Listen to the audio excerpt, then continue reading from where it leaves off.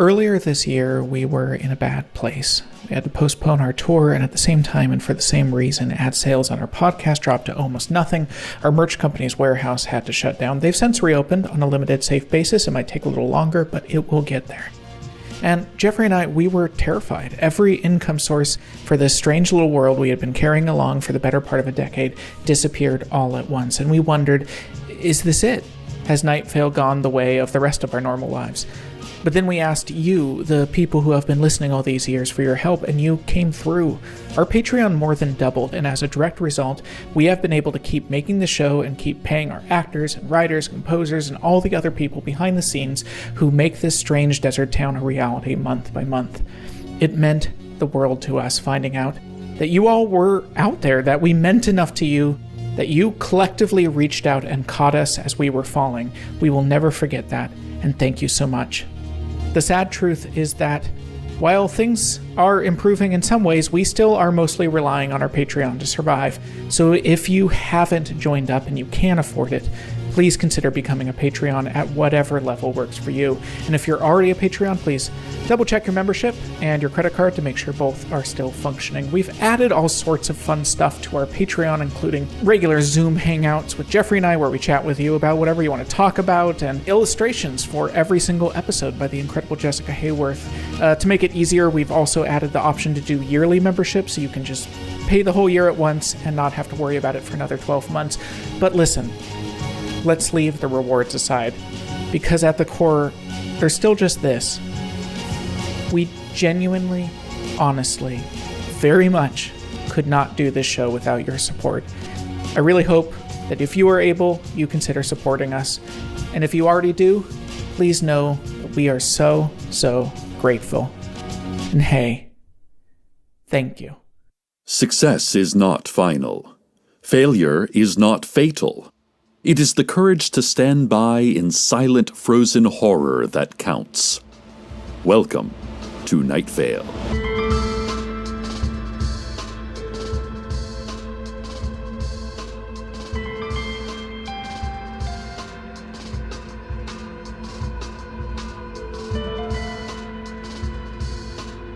Good news! There are no more vacancies in the town cemetery. Every single grave, crypt, and vault at Rattlesnake Rest is filled. And you know what that means. No one else can die! Yay! I mean, well, okay, death is still physically possible, of course, but municipally frowned upon. So be a good citizen and hang in there.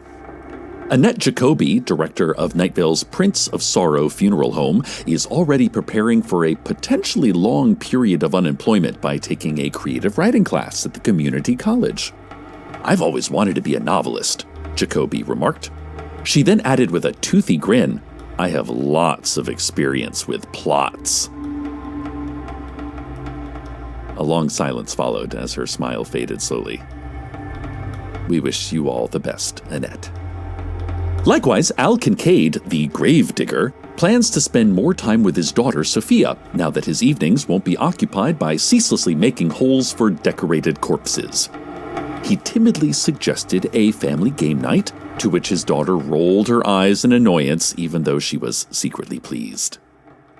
With the news that Rattlesnake Rest has been completely filled, I thought we should have a retrospective of our favorite graves. Like all cemeteries, this one is located at the end of a winding dirt road. And like all cemeteries, the grounds are tangled with dense vegetation in the middle of a desolate, howling plateau. It is a normal cemetery, with a chill in the air even on the hottest summer day, and an impenetrable darkness even on the brightest full-mooned night. And nearly everyone buried here died somewhere else. Nearly everyone. The most important grave in the cemetery lies at the southwest corner. It is the grave around which all the other graves were built. Instead of a formal headstone, it is marked by a gaping hole in the earth and a broken wooden sign that reads, Rattlesnake Mine Shaft. 17 miners are buried here, all of them headless. To understand the history of this important grave, we go to the year 1851. The new player piano in the Earl Street Saloon was on its 10th repetition of Buttons and Bows. The first few times the rowdy patrons sang along, but now no one could get it to stop, and the song was putting everyone on edge. It seemed to get louder with each verse, more frantic with each chorus. At least that's how it felt to saloon owner Tamsin Zilphia. She tried to drown out the pounding chords with whiskey, which worked, but it also made everyone sad and chatty. Talk soon turned to the topic of the missing miners. A group of 17 siblings had come in on the train from nearby Red Mesa. They had been working their claim out at Rattlesnake Mine, but hadn't been heard from in several weeks. Some folks thought, well, they must have struck it rich and were busy kissing their numerous gold ingots or whatever it is wealthy gold barons did. No one in the poor town of Nightvale was sure how the other half lived, but they were certain that if they had gold ingots, it would not make sense not to kiss them. But some feared something tragic had taken place in that mine. At some point that night, the player piano stopped abruptly, and a faint skittering sound could be heard outside. When Tamsin and her saloon patrons investigated, they were shocked to witness a gleaming army of human skulls running over the desert toward them on tiny thrashing legs. It was a family of 17 hermit crabs wearing the new shells they had discovered out in Rattlesnake Mine, some still hanging with ribbons of flesh. The settlers of the unincorporated township of Nightvale decided the collapsed mine shaft was as good a place as any to establish an official cemetery. There were already 17 skull-less bodies buried there, which was a higher concentration than any of the other random collections of bodies buried around town at that time. And so, Rattlesnake Rest was born. The town blacksmith commemorated the event by constructing a wrought iron fence for the new cemetery, featuring a beautiful decorative inlay of a skull-wearing hermit crab harbinger on the front gate. Listeners, I've just been handed some breaking news. Smokehouse brisket sliders are back. Slow smoked for 13 succulent hours, topped with aged Gouda, crispy onions, barbecue sauce, and mayo. At Arby's for a limited time only. You never know when they're going to show up. You never know when they're going to disappear again. And when they do disappear, you don't know if they're ever coming back. But they're here now. And when they're here, everything just feels right. Isn't that good enough for you? Can't you just live in the moment? Don't ruin things by asking for a bigger commitment. Let your hair down and get wild with Smokehouse brisket sliders. Only at Arby's. And only when we say so. Got it? Back to our retrospective of Rattlesnake Rest. Opposite the old mine shaft is the grave of the town crier. It's a modest grave with its crumbling headstone and faded Latin inscription, Clamor viventum est, vivus est clamor, which is supposed to mean crying is living, living is crying, but I've been told by my niece Janice's friend Marcy, who attends Catholic school, that it actually translates to something more like, cry creature is living out cry, which doesn't make a lot of sense. The town crier was a tortured individual, employed by the city to walk aimlessly through the streets, ringing a bell and weeping openly. After his death, many residents said they could still hear his sobs floating upon the early morning air. And in a large crypt at the back, shrouded by a grove of whispering elms, lies the Mahalia family. The Mahalia family owned a very important video store annex inside the Ralphs back in the 1990s. They also kept a melted VHS copy of the movie Powder, displayed on the front counter to warn people against keeping videotapes inside of hot cars, lest they incur a hefty fee.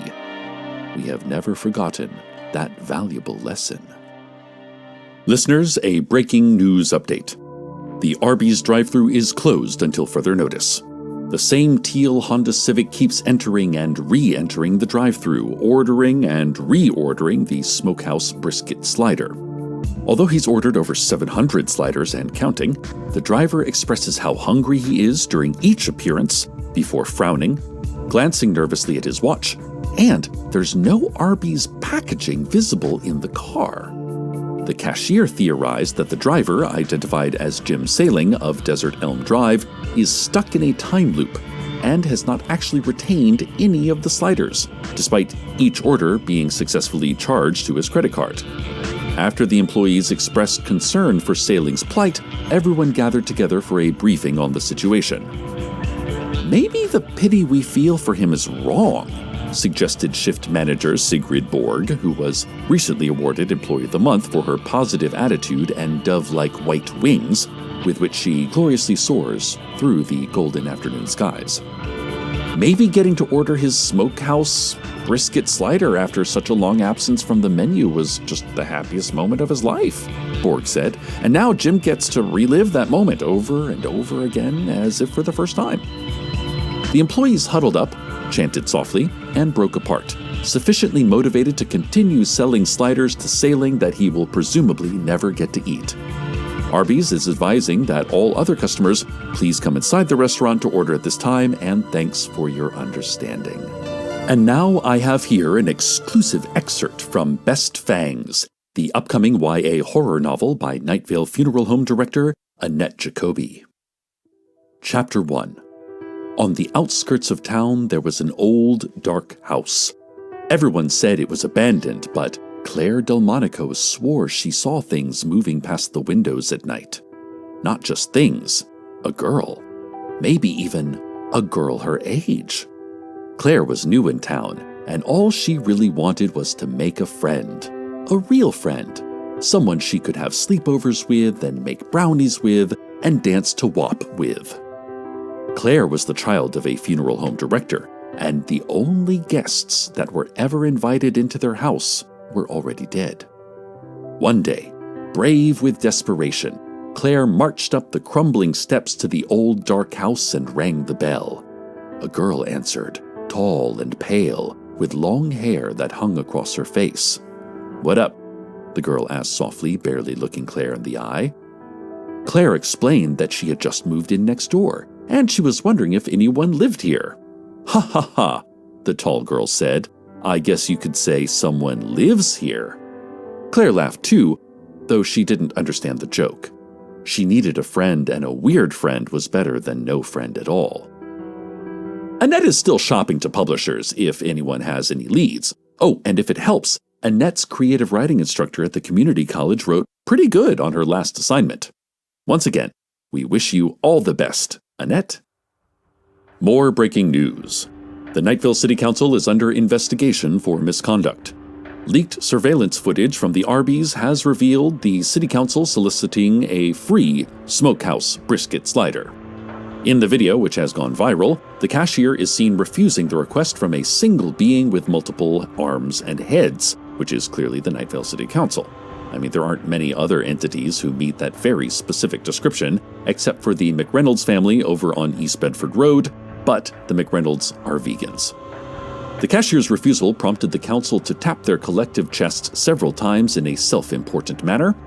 The cashier again declined to serve them, citing Arby's Constitution, Article 5, Section 1, which, as we all learned in 7th grade civics, grants Arby's employees the power to declare war, enter alliances with foreign powers, and disallow free sandwiches to government employees for any reason the cashier sees fit, barring a 2/3 vote by shareholders. The city council became belligerent, yelled the S word, crushed a sauce packet beneath their fist, wept, hugged the confused cashier, rapidly blinked in and out of existence, and eventually fled the restaurant, dragging the rest of its many heads and arms behind. The video then shows a baby raccoon entering the restaurant through the open door, eating lettuce scraps underneath the table, and falling fast asleep, which is unrelated, but super cute. If you haven't seen the video yet, you really should check it out, or you could just go on down to the Arby's. I mean, the raccoon is still there. I've named it Honey Mustard. And now more on Rattlesnake Rest. Since the cemetery has been declared full, we've all been freed from the bondage of certain death. Of course, there are a few people who aren't exactly happy about this. Let's look in on them now. Nightvale funeral director Annette Jacoby gazes out the window at the abandoned house across the street. Unlike the character in her book, she has never seen anything pass by the windows at night, except an occasional bat tapping at the glass eating bugs. No publishers are interested in her work. She considers self-publishing, but the thought makes her feel like a failure. Validation is important.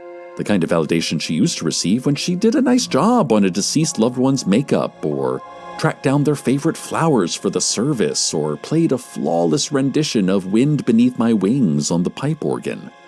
Annette misses funerals, and the feeling she used to get from them, that special connection to the community that once filled her life with purpose and meaning.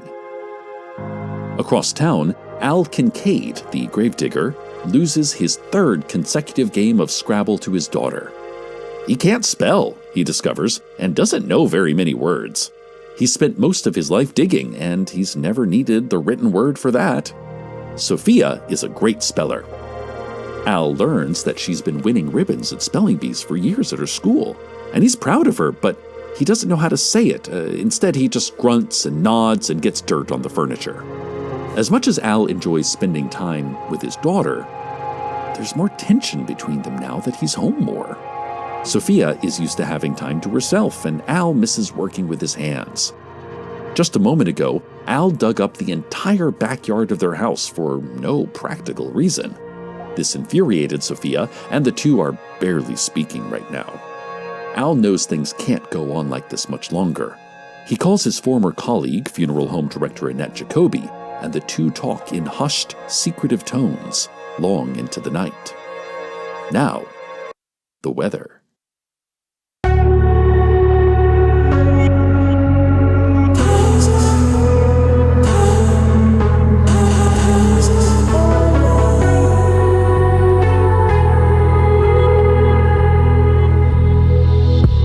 Trustful, arms full. I've never seen you before. Tell me, am I out of my mind? Face like an angel, and your hands like Helios. You would know the sun in my eyes.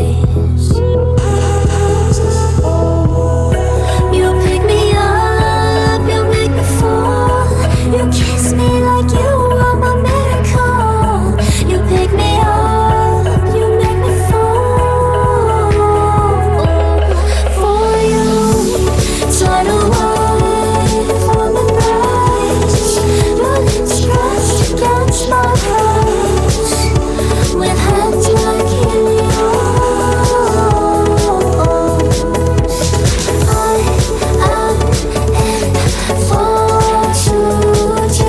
To let this go, I am in too deep.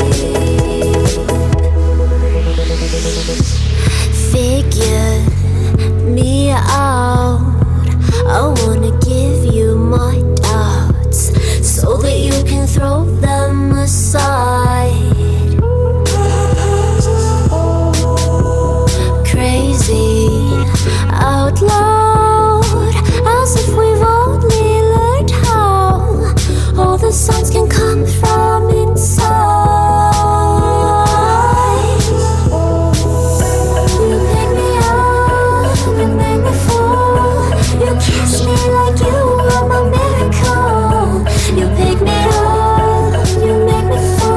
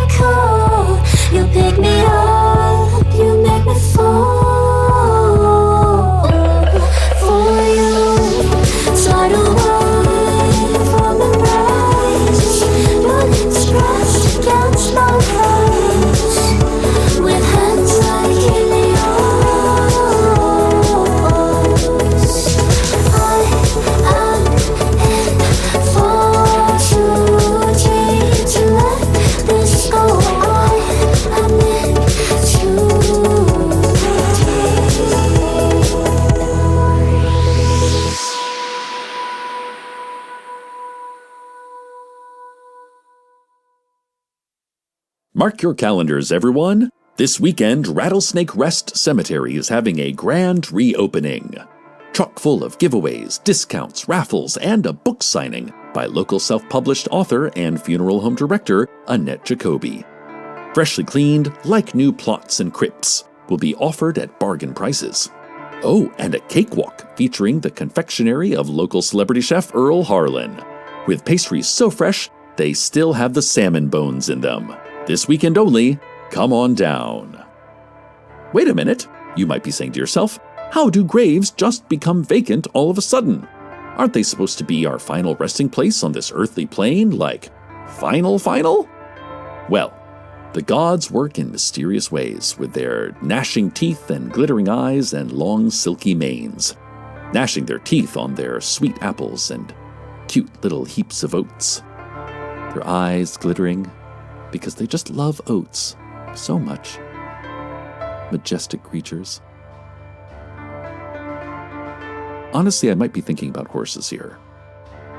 Yeah, my religious studies coursework and 4-H club activities, sometimes they run together. Anyway, I asked Annette Jacoby how every single grave, tomb, and crypt in Rattlesnake Rest became empty overnight. I've been reading The Secret and just manifesting things like crazy, she said. Self-help and magical thinking really work, you know? She then deliberately avoided eye contact with Al, the gravedigger, who was standing nearby, his face, hands, and coveralls completely caked in dirt. "Been helping my daughter learn to play Scrabble," Al blurted without prompting. "That's why I'm covered in so much dirt," he barked, still looking at the ground. "Okay. Sounds reasonable," I said, which is the motto of all good investigative journalists. I then bought 6 raffle tickets. I'm really hoping to win that Starbucks travel urn. Fingers crossed. "Don't go out to the scrublands," Al added with a shout. "I wasn't planning to," I said. "Good," he said. "Just a bunch of lumps of recently upturned soil out there. Just stay home and ignore that place. That's my advice," he concluded, and I could see his pupils shaking. "Cool," I said. "So cool," Annette chimed in. Yeah. Good interview. Well, listeners, we are free to die once again.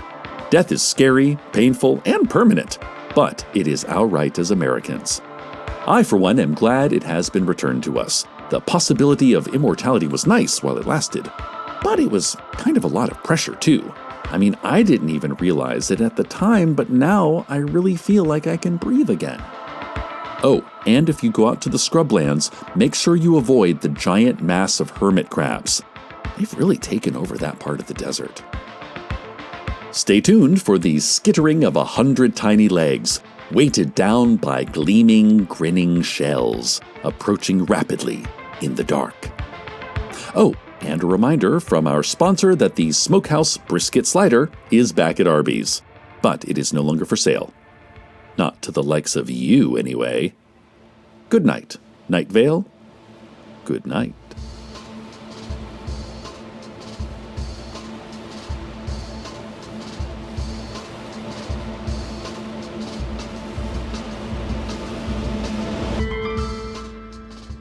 Welcome to Night Vale is a production of Night Vale Presents. This episode was written by Brie Williams with Joseph Fink and Jeffrey Craner and produced by Disparition. The voice of Night Vale is Cecil Baldwin.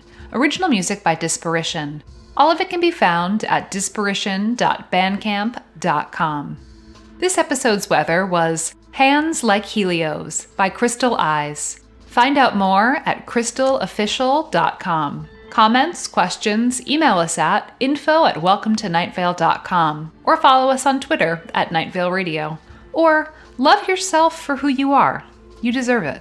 Check out Welcome to Night Vale for info about our Patreon, which is the only reason we still exist in this hell year. Thank you to everyone who is able to support. Today's proverb: don't bite the hand that feeds you. Go for the legs. It'll throw them off balance.